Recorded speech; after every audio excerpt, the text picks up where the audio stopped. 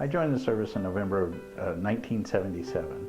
I graduated high school, went and attended one semester at Angelo State University, decided I wasn't quite ready for the academic life yet, joined the Army because my stepfather was in the Air Force and my dad was in the Navy, and I knew it would make them both mad, and it did, so it worked. My plan worked. Now, nearly 40 years later, Ron Welch is part of a wonderful team at Grace Living Center Norman. He feels his time in the Army has served him well in all aspects of his life. I think the Army taught me a lot to think on your feet. You have to be able to take care of a situation when it arises right then. Your decisions that are made can mean the difference between life and death. That real-world experience took him all over the globe. I spent 6 months in Hawaii for on-the-job training. So the only time I ever volunteered in the military where it worked out in my favor.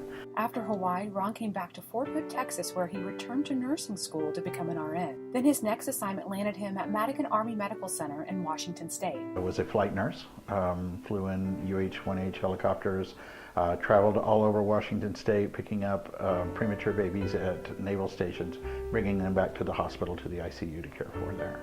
I loved that part. From there, he was stationed in South Korea, then Fort Campbell, Kentucky, where I was assigned to the 101st Airborne Division. Opened up an EMT school there for the military and was training we did 300 students a year, trained them to be EMTs.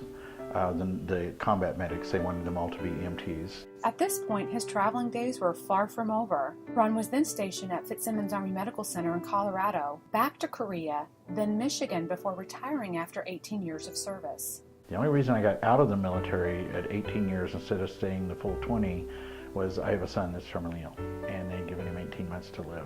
As we celebrate Veterans Day, Ron feels a great sense of pride not only for the time he served, but for his fellow veterans and those still serving today. My wife and I just recently went to New York, and we went to the 9/11 memorial.